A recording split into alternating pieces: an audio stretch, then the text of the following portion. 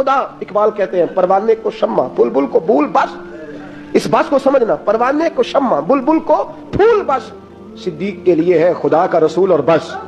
حضرت سیدنا عمر فاروق فرماتے ہیں ساری زندگی میں نے یہ کوشش کی کہ ابو بکر سے آگے گزر جاؤں، لیکن میں اس نے گزرنے نہیں دیا۔ اس کا انداز ہی بڑا انوکھا ہے، اس لیے کہ صدیق کے لیے ہے خدا کا رسول ہے اور بس، آگے پیچھے جو جائے نا۔ ایک دن فجر کی نماز پڑھی مسجد میں، مشکات کی حدیث ہے۔ تو حضرت عمر فاروق فرماتے ہیں فجر کی نماز پڑھ کے نا تو نبی پاک صلی اللہ علیہ وسلم نے فرمایا روزہ کس نے رکھا ہے بھیا آج؟ آپ فرماتے میرا رات کو ارادہ تھا رکھ لوں، یہ بزرگ نے پوچھا تو میرے دل میں خیال ہے رکھ ہی لیتا تو بہتر تھا، نمبر تو لگ جاتا نا۔ فرماتے ہیں حضور نے فرمایا کس نے رکھا ہے روزہ؟ کوئی نہ بولا۔ تو سرکار نے فرمایا جو صرف اس لیے چپ ہے نا کہ دوسروں کو پتہ نہ چل جائے، وہ میں کہہ رہا ہوں ان سے بولے۔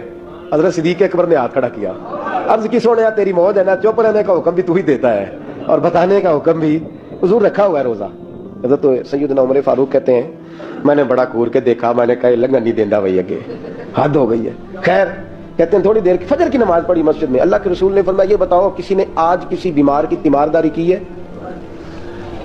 آج ٹائم کیا ہے؟ بولے سارے بولیے، فجر کی وقت کسی نے تیمارداری کی ہے؟ تو حضرت عمر کہتے ہیں سارے چپ تھے، میں بول پڑا، میں نے کہا حضور ابھی تو فجر ہوئی ہے، بس سے جائیں گے تو تیمارداری بھی کر لیں گے، حضور فجر کے وقت۔ تو نبی پاک مسکرا کے فرمانے لگے عمر تو ذرا چپ تو کر۔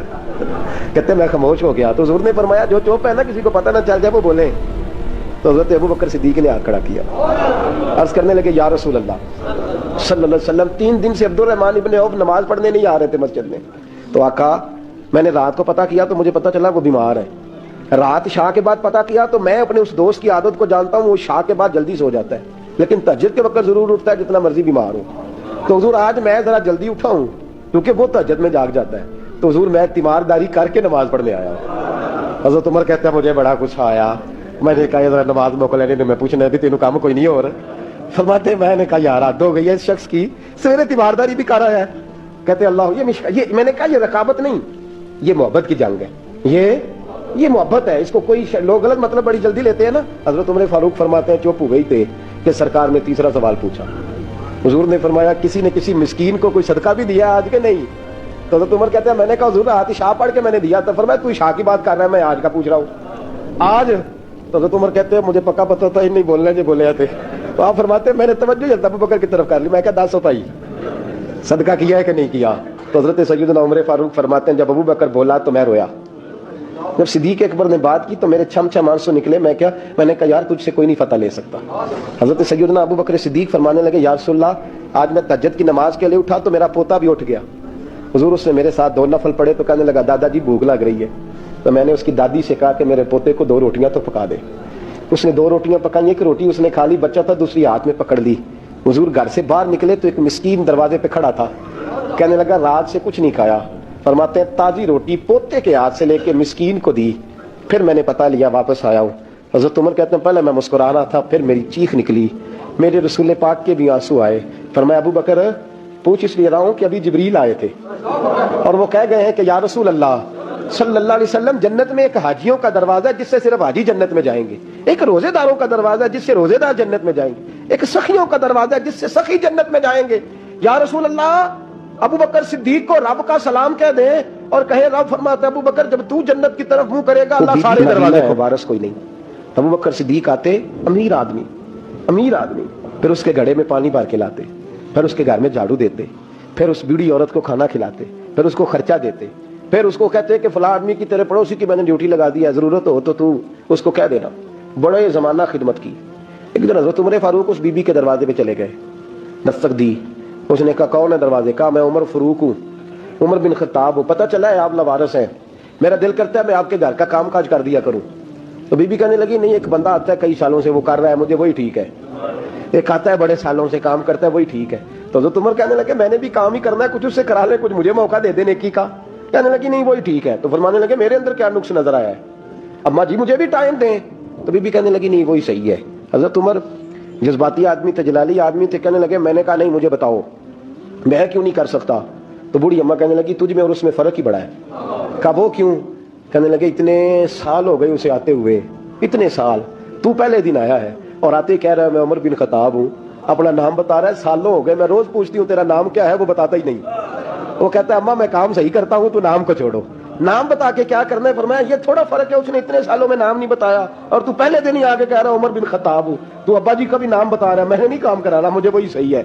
نام نہیں بتاتا، نوکری پوری کر جاتا ہے۔ حضرت سیدنا عمر فاروق فرماتے ہیں میں تہجد کے وقت جھاڑیوں میں چھپ کے بیٹھ گیا، کہتے ہیں مسجد نبی سے وہ شخص نکلا، چہرے پہ نقاب، پیروں سے ننگا، اور میں نے اس شخص کو خرامہ خرامہ اس بوڑھی عورت کے گھر کے قریب جاتے دیکھا، تو پیچھے سے جا کے میں نے کہا او مسافر چہرہ تو دکھا، تو کہتے ہیں چہرہ اٹھایا تو ابو بکر صدیق تھے، صدیق اکبر تھے۔ حضرت عمر فاروق فرماتے ہیں میں نے کہا تو جوتی کو اتار کے آتا ہے؟ تو کہنے لگے جوتی سے جب چلتا ہوں تو پیروں میں آواز پیدا ہوتی ہے جوتے کی وجہ سے، پڑوسیوں کو تکلیف دینے کا مقصد تو کوئی نہیں نا، اور فرمایا جب جوتوں سے آواز پیدا ہوگی تو گلی محلے والے پوچھیں گے ابو بکر کدھر جا رہا ہے، تو میں نیکی کسی کو بتانا نہیں چاہتا، تو فرمایا ابو بکر کب سے آ رہے ہو؟ فرمایا چھوڑ عمر، بس دعا کر رب میرا آنا قبول فرما لے، تو دعا کر سرکار کی بارگاہ میں حاضری صحیح لگ جائے، چھوڑ میں کب سے آ رہا ہوں، اس وقت سے آ رہا ہوں، اس مسئلے کو چھوڑ، تو یہ دیکھ پانی پر نسویلیاں رنگا رنگ کڑے پر اس دا جانی ہے جس دا توڑ چڑھے۔ یہ بات آپ نے درجنوں بار سنی ہے، لیکن اس پر غور تو کرو میرے دوستو کہ حضرت عمر فاروق فرماتے ہیں جن دنوں تبوک کے لیے میرے نبی نے اعلان فرمایا میرے حالات اچھے تھے، ابو بکر کے اچھے نہیں تھے، مالی حالات کمزور تھے، کچھ مسائل تھے، میرے اچھے تھے، میری سرکار نے اعلان فرمایا کہ پیسے دو، فرماتے ہیں چونکہ میرے حالات بھی اچھے تھے تو میں نے کہا اس دفعہ پہلا نمبر میرا ہی ہوگا، فرماتے ہیں آدھا مال گھر کا، یہ بھی بڑی دلیری ہے، کتنا بولیے؟ اتنے تے ابے نو نہیں دس دے ساڈے کول پیسے کنے نے، کہ ابا جی مانگنا لین، والد صاحب کو نہیں بتاتے، ہماری جیب بکری ہوتی ہے، ایسے ہی نانا کو مانگی نہ لے، آدھا مال حضرت عمر فاروق فرماتے ہیں آدھا مال میں نے بانٹ کے حضور کی بارگاہ میں، اور ساتھ میرا ارادہ ہے کہ ابو بکر آج میں نہیں تجھے آگے گزرنے دیتا، فرماتے ہیں مال پیش کیا، تھوڑی دیر گزری تو ابو بکر بھی آ گئے، اور منظر کیا ہے؟ کہتے ہیں انہوں نے قمیض پہنی ہوئی ہے بوریے کی، سر پہ ٹوپی کوئی نہیں، پیروں میں جوتا کوئی نہیں، سر میں ٹوپی کوئی نہیں، پیروں میں جوتا کوئی نہیں، کہتے ہیں ابو بکر صدیق آئے، سب کا مال آیا، مصطفیٰ کی بھی اتنی توجہ نہیں تھی، پر جب ابو بکر آئے تو میں نے مصطفیٰ کریم کے انداز بھی بدلے ہوئے دیکھے، اس شخص کے آنے پر بدلے ہوئے دیکھے۔ فرماتے ہیں میرے رسول پاک کے سامنے ہر چیز ابو بکر نے قدموں میں ڈھیر کر دی، اور ڈھیر کر کے نا چیزیں رکھ کے تو فٹافٹ پچھلی سائڈ پہ، کسی کو پتہ نہ چل جائے، پچھلی سائڈ پہ حضور کے، تو حضور نے کہا ابو بکر سامنے آنا، گھر کیا چھوڑ کے آیا ہے؟ گھر کیا؟ بابا بولے شاہ صاحب کہتے ہیں عشق تے اگ دوویں ایک برابر، پر عشق دا سیک ودھیرا، اگ تے ساڑے ککھ تے کانے، عشق ساڑے تن میرا، اگ دا دارو میہ تے پانی، مینوں دسو عشق دا دارو کیڑا، بلے شاہ تے کچھ نہیں بچدا جتے عشق نے لایا ڈیرا۔ فرمایا ہر چیز پیچھے بیٹھ گئے، تو محبوب نے بازو تھام کے آگے کیا، فرمایا کیا چھوڑ کے آیا گھر؟ یہ اس بات پہ بات آپ نے پہلے بھی سنی ہے، لیکن ان لفظوں پہ غور کرو، ابو بکر نے یہ نہیں کہا حضور کچھ بھی نہیں میں سارا کچھ لے، یہ لفظ کیا ہی نہیں، اللہ کرے ہمیں اس عقیدے کو سمجھیں، اس نظریے کو، یہ ترمذی اور مشکات دونوں میں یہ لفظ موجود ہے، یہ نہیں کہا حضور کچھ بھی نہیں سارا کچھ لے آیا ہو، یہ نہیں فرمایا، حضور نے فرمایا ابو بکر کیا چھوڑ کے آئے ہو گھر؟ توجہ ہے آپ کی؟ لفظ دیکھیں، کہا ما ابقیت اللہ و رسولہ، یا رسول اللہ گھر میں خدا کو بھی چھوڑ آیا ہوں، محمد مصطفیٰ کو بھی چھوڑ آیا ہوں، یہ لفظ ہے سیاستہ کے، میرے گھر میں خدا بھی ہے، خدا کا حضور کدھر تھے؟ بولے نا، اور وہ کیا کہہ رہے ہیں؟ یا رسول اللہ میں آپ کو اپنے ما ابقیت اللہ و رسولہ، میں گھر میں خدا چھوڑ آیا ہوں، خدا کا رسول چھوڑ آیا ہوں۔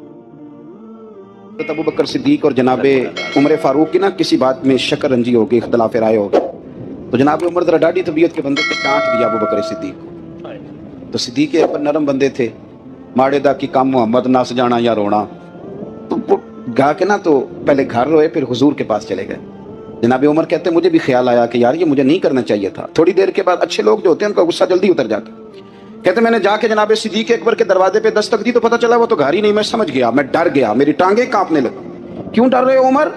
فرمانے لگے اس لیے ڈر رہا ہوں کہ ابو بکر جب اپنے گھر نہیں ہوتے تو دروازہ رسول پہ ہو، ساری بات تو سنا دی ہوگی۔ فرماتے ہیں میں نبی پاک کی بارگاہ میں پہنچا، سامنے ابو بکر بیٹھے ہیں، پشت مبارک میرے کریم رسول کی کعبے کی جانب، چہرہ صدیق اکبر کی جانب، دونوں کی گردنیں جھکی ہوئی۔ جناب عمر پاک فرماتے ہیں کہ میں بیٹھا تھا اور سوچ رہا تھا، سلام لی جواب ملا پر گردنیں نہیں اٹھائیں دونوں نے، مقدس گردنیں جھکی رہی۔ میں سوچ رہا تھا کہ اب حضور مجھے ڈانٹیں گے تو میں صدیق کے پیر پکڑوں گا، میں علی کو سفارشی بناؤں گا، میں منت کروں گا، لیکن کوئی بولے تو بات بنے نا۔ کہتے ہیں جب دیر ہو گئی، یہ سکوت بھی بڑا مشکل ہوتا ہے، اوہو اگر کبھی وہ چپ کر جائے تو یہ بھی بڑا مسئلہ ہے، محبوب بھی چپ کر جائے۔ کہتے ہیں میں بڑا پریشان ہوا، جب میرا کلیجہ منہ کو آیا نا تو جناب عمر کہتے ہیں میں بولنے لگا تو آنسو میرے پہلے نکل گئے۔ اللہ اکبر۔ میں نے رو کے کہا سونیا بھول گیا تھا میں گیا تھا ابو بکر کے گھر معافی مانگنے پر، یہ یہاں آ گئے. یہ میرے دوستوں اسے میری تقریر نہ سمجھنا، میرے رسول پاک کے یہ اصل لفظ آپ کو کتاب میں ملیں گے. آپ طبقات ابن سعد اٹھا کے دیکھیں. جناب عمر کہتے ہیں میں نے عرض کی حضور میں نے غلطی سمجھ لی تھی، میں گیا تھا ابو بکر کے گھر حضور، میں بھول گیا تھا. فرماتے ہیں نبی پاک نے جب گردن مبارک اٹھائی تو حضور کی داڑھی آنسوؤں سے بھری ہوئی، اور لفظ کیا تھے؟ فرمایا عمر تم میری خاطر میرے ابو بکر کو معاف نہیں کر سکتے تھے. اب بات کو سمجھیں، یہ نہیں فرمایا ابو بکر نے غلطی نہیں کی، فرمایا چھوڑ نہیں سکتے تھے، تم میری وجہ سے میرے صاحب کو چھوڑ نہیں سکتے تھے. پھر حضور نے فرمایا عمر یہ سارا مکہ تلواریں لے کے مجھے قتل کرنے آتا تھا، یار یہ اکیلا تھا، اس نے کھول کے بازو کہا تھا کہ جو حضور تک جائے گا میری لاش سے گزر کے جائے گا. فرمایا دنیا بھول جاتی ہے، مجھے یاد ہے ابو بکر صدیق نے مال بھی دیا، اولاد بھی دی، میری خاطر چھوڑ نہیں سکتے تھے. جناب عمر کہتے ہیں میں اس کے بعد سمجھ گیا کہ میرے مصطفیٰ کی رضا اسی میں ہے کہ ابو بکر کو راضی رکھا جائے. سبحان اللہ. ہر شخص کو اجازت ہے، اگر وہ حقوق ادا کر سکتا ہے تو ایک وقت میں 4 نکاح کرے، اسے اجازت ہے. اگر حق دے سکتا ہے تو اجازت ہے. مولا علی نے بھی ارادہ کیا سیدہ کی موجودگی میں اللہ کہ میں دوسرا نکاح کر لوں، ساری کائنات کو اجازت ہے. تو سیدہ فاطمہ کے دل کو نہ تکلیف ہوئی، دوڑی آئی حضور کی بارگاہ میں. بی بی صاحبہ نے زندگی بھر کھل کے کوئی بات نہیں کی، آج بھی آئیں تو چپ کر کے بیٹھ گئیں. بیٹیاں بڑی پیاری ہوتی ہیں، ابا ہی انہیں بگاڑتا ہے، لاڈ ابا ہی دیکھتا ہے، کیا کریں مجبوری ہے. تو پھر میں نے دیکھا ہے بڑے بڑے سیانے ابے سگی بہن کے بیٹے کو بھی رشتہ دے کے نا، چاہے پالا بھی بھانجا خود ہی ہو، تو گھر جا کے معافی مانگتے ہیں پتر یہ جنی بھی خراب ہی نا میری وجہ تو ہائے ہائے. تھوڑا خیال فرمائیں. بیٹی معاملہ بڑا عجیب ہے نا جی. تو سرور کائنات کے پاس سیدہ آئیں تو تھوڑے آنسو آنکھوں میں آئے. فرمایا فاطمہ کیا ہوا؟ عرض کی حضور کچھ بھی نہیں، سب کو جائز ہے تو علی کو بھی تو جائز ہے نا، نکاح کرنا چاہ رہے ہیں. حضور نے خطبہ دے دیا، مسجد میں لوگ جمع کر لیے. اللہ آج کس لیے اجتماع ہے؟ جہاد کی تیاری ہے، کوئی نہیں آئے تو آئیے. فرمایا آؤ سارے مسجد میں. خطبہ کتنا مختصر سا، مختصر توجہ ہے میرے بھائیوں کی. جی بسم اللہ. ادھر دیکھو میرے مختصر سا خطبہ، 2 حرفی بات. حضور فرمانے لگے بھائی میری بات غور سے سن لو، یہ جو فاطمہ ہے نا یہ میرے جگر کا ٹکڑا ہے، بلات منی ہے، یہ میرے جگر کا ٹکڑا ہے. جس نے اسے راضی کیا اس نے مجھے راضی کیا، اور جس نے اسے ناراض کیا اس نے مجھے. ختم ہو گئی بات، 2 حرفی بات. حضرت مولا علی کہتے ہیں باقی سارے ایک دوسرے کا منہ دیکھ رہے تھے کہ آج اس خطبے کی کیا ضرورت. تو مجھے تو سمجھ آ رہی تھی نا. شیر خدا کہتے ہیں میں چپکے سے اٹھا اور سیدہ کے پاس گیا. میں نے کہا میں نے تو بات ہی کی تھی، تو پہنچ ہی گئی ہے. کہتے ہیں اتنی دیر میں حضور بھی آ گئے. فرمایا علی سن، سب کے لیے دوسرا نکاح جائز ہے، پر جب تک میری فاطمہ ہے تیرے لیے جائز نہیں. تو نہیں کر سکتا، تیرے لیے جائز نہیں. جناب صدیق اکبر کے لیے رسول پاک نے کہا میری وجہ سے چھوڑ نہیں سکتے تھے. سیدہ پاک کے لیے فرمایا جب تک میری بیٹی ہے تیرے لیے جائز ہے. ہجرت مدینہ کا حکم آ گیا. سارے صحابہ کو حضور نے فرمایا چلے جاؤ. سب کو کہا جاؤ مدینے. چلے گئے. جناب صدیق اکبر کہنے لگے حضور میرے لیے کیا حکم ہے؟ اگر آپ اس فکرے کو سمجھتے تو بڑی گہرائی ہے. بھئی سب کو حکم دے دیا، تیرے لیے کوئی انوکھا ہوگا؟ توجہ ہے آپ کی؟ سب کو کہا چلے جاؤ سارے. ابو بکر پوچھتے ہیں حضور میرے لیے کیا حکم ہے؟ جب سب کو کہہ دیا تو ابو بکر اندر نہیں آیا سب کے. کہا حضور میرے لیے. ابو بکر جانتے تھے باقی سب کا حکم اور ہوتا ہے، ابو بکر کا اور ہوتا ہے. سارے چلے جاؤ. حضور میرے لیے کیا حکم ہے؟ فرمایا تو نے نہیں جانا، تیرے لیے نہیں. حضور میرے لیے نہیں. نبی پاک علیہ السلام نے فرمایا مجھے امید ہے مجھے بھی اجازت مل جائے گی، دونوں اکٹھے جائیں گے، تجھے ساتھ لے کے جانا. بس تیاری شروع ہو گئی. ایک روایت میں 2 اور امام راضی کہتے ہیں نہیں 3 تھیں. 3 اونٹنیاں موٹی تازی تیار کر لی. اب دیکھو ڈیوٹی لگ رہی ہے. یہ تاجر آدمی ہے، تاجر گھاٹے کا سودا نہیں کرتے، نقصان کی بات نہیں کرتے. اس شخص نے دیکھی انداز کیا اختیار کیا ہے. حضرت ابو بکر صدیق نے اپنے غلام جناب عامر بن فہیرہ رضی اللہ تعالیٰ عنہ سے کہا تو نے دن بھر بکریاں چرانی ہیں اور جب شام پڑ جائے اندھیرا چھا جائے تو غار ثور کے سامنے بکریاں لے آنی.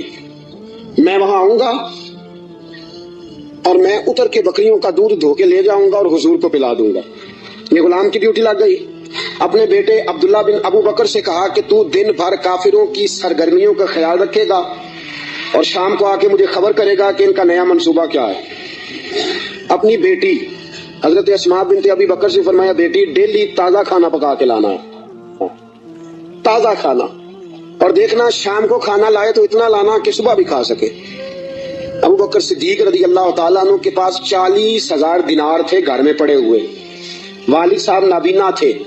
ابو بکر صدیق نے 40,000 دینار تھیلے میں ڈالے, اس جگہ چھوٹے چھوٹے پتھر رکھے, اوپر کپڑا ڈالا اور فرمایا بیٹی اگر ابا جی پوچھے نا پیسے تو نہیں لے گیا ابو بکر, تو ان کا ہاتھ پکڑ کے کپڑے کو لگا دینا, وہ سمجھیں گے پیسے ادھر ہی ہیں. لہذا سارا کچھ تیار کر کے صدیق اکبر اب تیار ہیں, کب بلاوا آتا ہے. سیدہ طیبہ طاہرہ حضرت عائشہ صدیقہ فرماتی ہیں ابو بکر کے گھر کو یہ شان حاصل تھی کہ رسول پاک دن میں 2 مرتبہ ابو بکر کے گھر آیا کرتے تھے. صبح بھی آتے تھے, شام بھی آتے تھے, 2 مرتبہ دن میں تشریف لاتے تھے. فرماتی ہیں رات کا وقت ہے, میرے والد گرامی کو حضور نے کہہ دیا ہے, ادھر سارے کافروں نے نبی پاک علیہ السلام کا مکان محاصرہ کر لیا ہے. حضور گھر سے نکلے, ابو بکر کے دروازے پہ دستک دینے لگے, ہاتھ رکھا, دروازہ کھول گیا. ہاتھ, آدھی رات کا وقت ہے, ہاتھ رکھا دستک دینے کے لیے, دروازہ کھول گیا. دروازہ کھلا تو ابو بکر دروازے کے پیچھے کھڑے ہیں. حضور نے فرمایا تو سویا نہیں, تو جاگ رہا ہے؟ کیا سونے جس دن آپ نے فرمایا تھا نا جانا ہے, ساری رات ہی دروازے پہ کھڑا رہتا ہوں. سونا کس کو یاد ہے؟ سونا مرنے کے بعد بھی میری آنکھیں کھلی رہی, مرنے کے بعد بھی میری آنکھیں کھلی رہی. مجھے عادت جو پڑ گئی تھی تیرے انتظار کی, کہ یا رسول اللہ جس دن فرمایا تھا جانا ہے, ساری رات دروازہ کھول کے انتظار کرتا ہوں, سونا جب بھی آئے گا فوراً نکلیں گے. رسول پاک علیہ الصلوۃ والسلام نے فرمایا میرے پاس جبریل آئے اور عرض کرنے لگے حضور آپ کو اجازت ہے ہجرت کر سکتے ہیں. تو میں نے کہا میرے ساتھ کون جائے گا؟ جناب جبریل کہنے لگے رب فرماتا ہے ابو بکر کو ساتھ لے جانا. ابو بکر صدیق کو ساتھ نکلے. اب ایک شخص تھا عبداللہ بن اریت اس کا نام تھا. جناب صدیق اکبر چونکہ رستہ وہ اختیار کرنا تھا مدینے جانے کے لیے کہ جو عام رستہ نہیں, جس سے سب لوگ جاتے تھے, اس رستے نہیں جانا تھا. رستے میں آبادیاں تھی, گاؤں تھے, ایسا نہ ہو کہ کفار کو پتہ چل جائے, الگ رستہ اختیار کر. ایک شخص حضرت صدیق اکبر نے کچھ پیسوں پر ساتھ لیا, جو بندہ رستہ ایک الگ رستہ اختیار کرنا تھا تو وہ رستہ بتلائے. اور اعلیٰ حضرت رحمۃ اللہ نے لکھا ہے کہ جس رستے سے روٹین میں لوگ جاتے ہیں وہ رستہ اختیار نہیں فرمایا. جب نکلے نا گھر سے غار ثور تک, اس وقت اونٹنی پہ نہیں بیٹھے. آپ نے عبداللہ نامی شخص کو کہا کہ تو 3 دن کے بعد یہ اونٹنیاں لے کے غار کی دوسری سائڈ پہ پہنچ جانا. 3 دن کے لیے جب گئے ہیں, رات کو تو پیدل گئے ہیں, نکلے غار ثور کی طرف. نبی پاک ساتھ ہیں, ساری رات کی نیند ہے, حضور کا جسم مبارک نازک ہے. غار ثور تک جاتے ہی تھک گئے رسول پاک علیہ السلام, بظاہر تھک گئے, عمر بھی زیادہ نہیں. ابو بکر صدیق 2-2.5 سال تو چھوٹے ہیں صرف. رسول پاک صلی اللہ علیہ وسلم غار ثور پہ جانا ہے, اللہ آپ سب کو مکے لے جائے, آمین تو کہہ دو, اللہ آپ کو مکے لے جائے, لے جائے اللہ تبارک و تعالیٰ آپ کو, تو پھر آپ غار ثور پہ بھی جائیں. ویسے مجھے ایک شخص ملا مکے میں جو کہتا ہے مجھے 18 سال ہو گئے میں اوپر نہیں گیا, ڈر لگتا ہے. 18 سال ہو گئے رہتے ہوئے, اوپر گیا اس لیے کہ اونچی بڑی ہے. 5413 فٹ اونچی غار ہے, 5400, رستہ بھی کوئی نہیں. اور یہ وہ غار ہے جس کا اللہ نے قرآن میں ذکر فرمایا ہے, اذ ہما فی الغار, جب وہ دونوں غار میں تھے. اور وہاں اتنے سیانے پڑھے لکھے مولوی رہتے ہیں, جس غار کا اللہ نے قرآن میں ذکر کیا کہتے اوپر نہ جانا. بھئی اللہ نے قرآن میں ذکر کر دیا, اسے دیکھنے نہ جائیں, کیا خیال ہے؟ تو اوپر نہ جانا. نبی پاک تو کام کے لیے گئے تھے, تمہیں کیا کام ہے؟ تو ہم نے کہا ہم کام تو پوچھتے نہیں, ہم نے نہ کبھی قطرے پہ غور کیا اور نہ دریا دیکھا, بس جہاں تیری جھلک دیکھی وہیں ڈوب گئے. اب 5413 فٹ اونچی غار ہے, رستہ آج بھی صحیح نہیں. بندہ چڑھ سکتا, تسی کدوں آکھنا نہیں, جڑے چڑھے انہوں نے پوچھو بندہ کی ہے. 5413 فٹ اونچی غار ہے, رستہ آج بھی ٹھیک ہے, حالانکہ بڑا بن گیا, بڑا بنایا لوگوں نے, کوشش کر کے ہمت کر کے بنایا, لیکن آج بھی رستہ ٹھیک ہے. اس دور میں کیسا ہوگا؟ اور ایک بات میں آپ کو پہلے بتا چکا کہ وہ رستہ اختیار بھی نہیں کرنا غار پہ جانے کے لیے جو روٹین میں لوگ استعمال کرتے ہیں, الگ رستے سے جانا ہے, وہ رستہ تو استعمال ہی نہیں کرنا. اب تھوڑا سا رستہ چڑھے, الگ رستہ ہے, غار ثور پہ چڑھنا ہے. ابو بکر صدیق فرماتے اچانک میری نظر پڑی تو حضور کے مقدس قدموں سے خون بہ رہا تھا. اچانک نظر پڑی, فرماتے میں نے دیکھا کہ نبی پاک علیہ السلام کے مقدس قدموں سے خون بہ رہا ہے. میں نے ہاتھ باندھے, میں نے کہا سونے ایک عرض کروں.